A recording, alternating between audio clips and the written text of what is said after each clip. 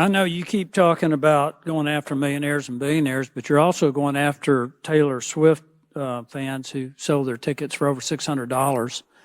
The previous rule was if someone earned $20,000 and had more than 200 transactions, you did it, but you lowered it. But the bill lowered it to $600 regardless of the number of transactions. So it's not just millionaires and billionaires. You're also going after auditing small businesses and others. And I just want to point out something to you. One of your predecessors, John Koskin, had testified before this committee in 2015, and he said it would not be advisable to audit our way out of the tax gap. Yet that's exactly what you're trying to do. I have a question for you, Commissioner Werfel.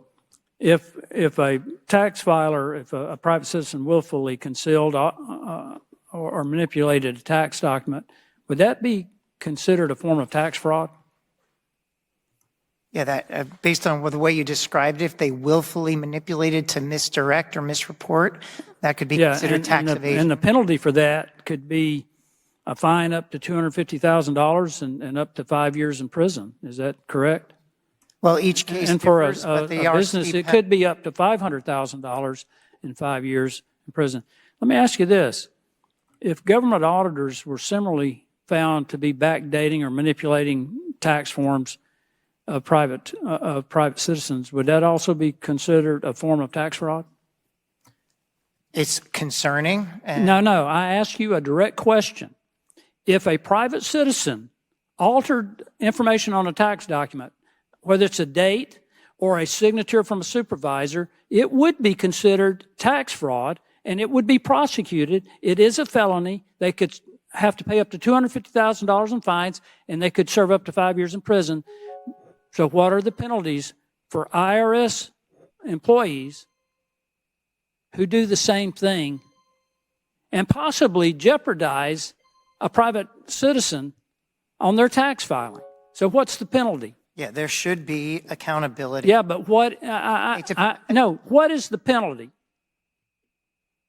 If you allow me to elaborate, I can elaborate. Yeah, I don't want a long answer. I want you to tell me what is the penalty.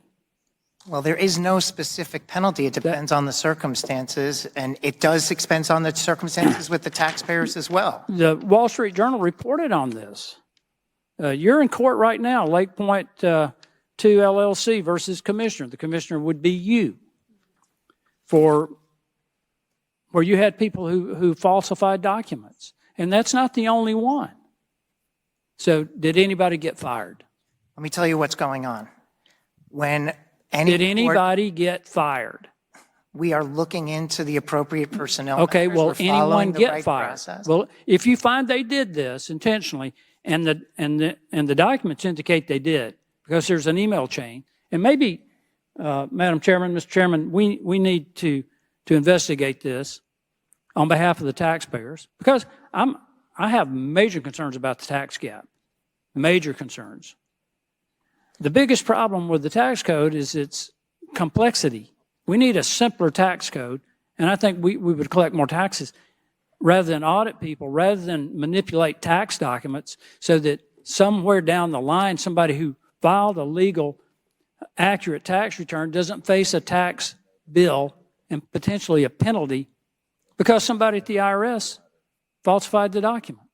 So there's got to be some penalties. Yeah, I can assure you, Congressman, we are taking steps to correct the record, to make the taxpayer whole, in any of those situations, and they are extremely limited, we are taking all the right steps and all the right procedures to make sure that that situation is corrected. Will anybody if there's any be accountability, fired? We will follow the right procedures to ensure accountability. Will anybody be fired?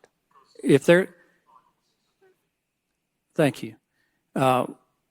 I'm not going to comment on an employee process. If you find out that it was done intentionally, as the evidence indicates,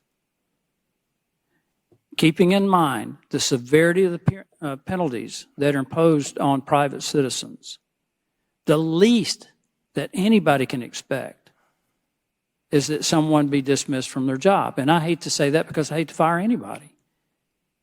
The consequences for their families. But think about the lack of trust that the American people have in the IRS and put that first and foremost. I yield back.